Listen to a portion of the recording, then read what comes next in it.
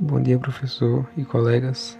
Agora iremos apresentar nosso trabalho, sobre a oferta interna de energia com os componentes do grupo eu, Ricardo Rangel, Ana Carolina Miranda, Maria Eduarda, Catiele e Joyce Kelly. A gente decidiu fazer uma coisa mais descontraída para que as pessoas que estejam assistindo ali consigam prestar mais atenção no conteúdo e assim absorver mais o que a gente está passando. E é isso, obrigado a todos e fiquem ali com a nossa apresentação. Olá, hoje iremos falar sobre a energia hidrelétrica. Bom, a energia hidrelétrica é aquela principal fonte de geração de eletricidade no Brasil. Ela é responsável por grande parte da energia consumida no país e isso se deve pelo vasto número de rios, ao relevo favorável e à abundância de recursos hídricos, especialmente nas regiões Sul, Sudeste e Norte. Desde o século XX, o Brasil investe fortemente nesse tipo de energia, tornando-se uma referência mundial em gerações hidrelétricas. Bom, a produção ela ocorre ali por meio das usinas hidrelétricas que utilizam ali a força da água para movimentar turbinas e gerar eletricidade. Esse processo ele é considerado renovável e limpo, pois depende ali do ciclo natural da água. E não libera ali gases poluentes, gases onde pode prejudicar o meio ambiente, sendo liberados ali na atmosfera. E entre as principais usinas do país estão a Itaupí, Belo Monte, Tucuri e Santo Antônio, que juntas elas produzem ali uma grande parte da energia nacional. Além de ser uma fonte renovável e amplamente usada, a energia hidrelétrica ela também tem um papel fundamental, pois como grandes baterias naturais, é possível controlar ali o volume da água liberado e assim ajustar a quantidade de energia gerada ali conforme a demanda, conforme a necessidade que precisam. E isso é algo que outras fontes renováveis como a solar e a eólica, elas não conseguem fazer com tanta facilidade, Pois, já que elas, pelo motivo delas dependerem de condições climáticas, condições naturais. Bom, outro ponto importante é que as usinas hidrelétricas, ela tem uma vida útil e longa, podendo assim, operar por várias décadas. Claro, com manutenção adequada. E isso torna o investimento inicial, embora um pouco alto, economicamente vantajoso e a longo prazo.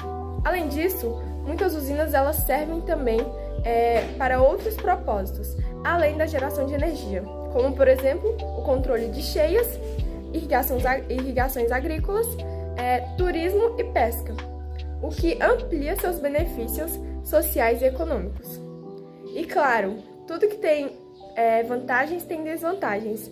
E apesar de suas vantagens, a energia hidrelétrica ela também apresenta impactos ambientais e sociais. A construção de represas pode causar ali o alagamento de grandes áreas, afetando assim a fauna e a flora. Além de poder provocar o deslocamento de comunidades locais ali por perto. E por isso, é fundamental que haja planejamento e uso responsável desse recurso, com o objetivo de equilibrar o desenvolvimento econômico e a preservação ambiental. Em síntese, a energia hidrelétrica ela tem um papel essencial no crescimento e na sustentabilidade do Brasil, sendo uma fonte ali limpa e eficiente. Contudo, o desafio está em continuar utilizando esse potencial de forma consciente, buscando ali sempre alternativas que minimizem os impactos e garantam o futuro energético do país. Bom dia, sou a aluna Catiele e estarei falando sobre energia termoelétrica. Uma energia, que as usinas dela vão gerar ali uma eletricidade por meio de energia em forma de calor. Um exemplo que podemos citar, bem comum, é o sol, que é uma energia renovável. E ali vai ser resultante de uma queima de combustível que vai, ter ali energias renováveis ou também não renováveis. Uma usina termoelétrica, ela vai ser ali, constituída por duas partes. uma térmica, onde vai ser produzido vapor, e outra ali elétrica, onde vai ser gerado um tipo, né, de eletricidade. Esse vapor, ele vai movimentar ali em algumas pás de turbina, que vão ser conectadas ali, né, em um gerador através de linhas em altas tensões, que vai fazer ali com que tenham um alto consumo. Então a gente pode observar, né, que no Brasil temos várias usinas termoelétricas que conhecemos, né, e podem ser citadas, como o uso do gás natural, o carvão e a biomassa. Sendo ali, né, por bagaço de cana, que a gente conhece já bastante, cavaco de madeira e a casca do arroz. Agora vamos falar sobre termoelétricas movidas a gás natural e o carvão. O que acontece, né? Acontece que o número dessas usinas, elas movidas, né, a gás natural, elas têm aumentado bastante, por conta ali principalmente, né, de uma fonte mais poluente do que o carvão. Já as termoelétricas movidas a bagaço de cana-de-açúcar têm movido ali, né, altamente a agroindústria, como a produção de álcool, né, que ali é o etanol, que vai ser utilizado ali, né, nos combustíveis, onde podemos observar que principalmente no estado ali de São Paulo, né, esse uso desse combustível, ele tem aumentado ainda mais, alimentando a rede ali, né, de força e também de luz. Bom dia a todos, né? Hoje eu vim falar um pouco sobre a energia eólica, né, que vem ganhando ali cada vez mais espaço, né, na nossa matriz energética brasileira, onde ela é gerada ali, né, a partir da força dos ventos, né, por meio de ali aerogeradores, e vem se tornando, né, uma das fontes mais limpas e sustentáveis que existem aqui no Brasil.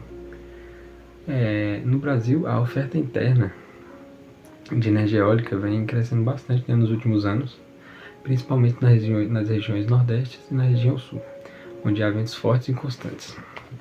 Essa expansão, né, ela contribui ali, né, para reduzir a dependência de fontes não renováveis, diminui a emissão de gases poluentes e também, né, ajuda ali a fortalecer a segurança energética do país. Além disso, né, ela é também uma alternativa importante, né, para o desenvolvimento regional e a geração de emprego nas áreas onde os parques eólicos são instalados. Oi galera, eu venho falar sobre a energia solar, mas com um olhar voltado aqui para o Brasil. Diante disso, eu posso dizer que o Brasil ele possui ali um grande potencial energético solar, mas, né, as condições para essas instalações de unidades geradoras ali, dessas energias renováveis, muitas das vezes são prejudiciais. Mas por quê? Pela falta ali, né, de informações solarimétricas, que muitas das vezes elas buscam ali por território, e além disso também tem um alto custo dessa fonte ali de energia. No Brasil, essa fonte de energia ela é utilizada ali principalmente nos aquecedores solares, para residências, hospitais ou até mesmo hotéis. No caso, né, nesse caso, a placa, né, ou então as placas utilizadas, elas são ali escuras para absorver a energia do sol e transformar em calor, aquecendo ali a água. Há também, né, as energias solares que são chamadas ali fotovoltaicas, que consiste na conversão da energia solar em energia elétrica. A unidade fundamental desse processo é a célula, né, fotovoltaica. Atualmente, né, nós podemos perceber que esse tipo de energia ela tem sido ali muito utilizada em lugares que são muitas das vezes, né, afastados de centros que são servidos pelo fornecimento da energia elétrica, para projetos, né, de cunhos sociais, agropastoris e de comunicações. Tudo isso, né, diante de tudo isso que eu falei, eu vou citar alguns exemplos da utilização. O primeiro deles é o sistema de bombeamento fotovoltaico para irrigação, que hoje a gente vem percebendo muito isso. O segundo é a eletrificação residência rural. Muitas das vezes, né, propriedades rurais não têm a capacidade de receber a energia elétrica e estão recebendo, né, essa energia solar por meio de investimentos, né? Podemos citar também postos com serviços de áudio, vídeo e também telefonia pública.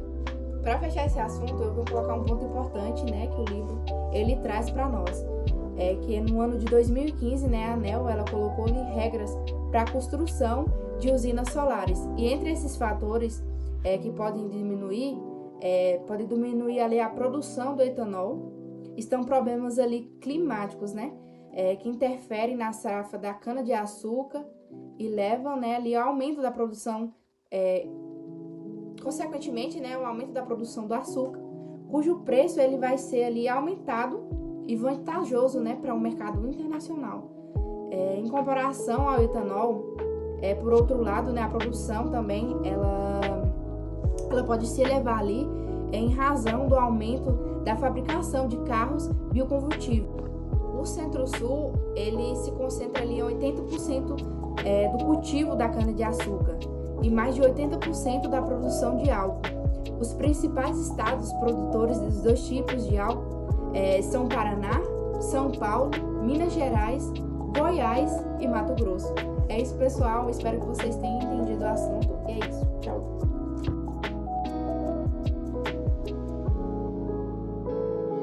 O Brasil ele é um do líder mundial na produção e no uso dos biocombustíveis, como o etanol e o biodiesel. Eles contribuem, né, para a sustentabilidade energética e a redução de gases de efeito estufa. E o que são esses biocombustíveis? Eles são produzidos a partir da biomassa de origem matéria orgânica, né, de origem tanto animal quanto vegetal. Exemplos, né, incluem o etanol, que ele é produzido a partir do açúcar da cana, e o biodiesel, que ele é produzido através da extração do óleo da soja, e além do biometano e do bioóleo. Em comparação, né, aos combustíveis fósseis, eles são considerados mais limpos e renováveis, pois o CO2, né, que ele é liberado em sua queima, é reabsorvido pela biomassa durante o seu crescimento. E qual a importância desses biocombustíveis para o Brasil e também para o mundo? Ela é uma fonte de energia renovável, ajuda a diversificar a matriz energética e a reduzir a dependência do petróleo, redução da poluição, diminui a emissão de gases, né, de efeito estufa, contribuindo para a descarbonização do setor de transferência global. O Brasil ele é o segundo maior produtor, né, do biocombustíveis líquidos do mundo e tem uma participação significativa de biocombustíveis em seu consumo total de combustíveis. Produção e sustentabilidade. A produção de biocombustíveis envolve processos como a fermentação e a extração do óleo. É fundamental que a produção seja sustentável, respeitando ali, né, a legislação ambiental e evitando a queima da biomassa proveniente do desmatamento. O Brasil ele tem crescido ali, né, na produção do etanol, do biodiesel e do biometano, impulsionando também, né, pela elevação das misturas obrigatórias nos combustíveis. E quais são, né, as desvantagens dos biocombustíveis? Como os demais tipos de fontes geradoras de energia elétrica, os biocombustíveis ele apresentam ali, né, as suas desvantagens. Embora a queima produza, né, menor quantidade de gases de efeito estufa do que os combustíveis fósseis, o processo dos biocombustíveis geralmente, né, acontece ali em usinas industriais. É responsável pela liberação de resíduos poluentes de ar e também de água, como é o caso do vinhoto derivado ali, né, da destilação da cana-de-açúcar, o que torna desvantajoso nessa fonte de energia. Ainda em relação ao processo produtivo, né, dos biocombustíveis, alguns deles, como o etanol, demandam quantidade grande de água, que, né, seria essa uma das razões pelas usinas elas serem ali instaladas próximas a rios ou represas, né, pela utilização da água.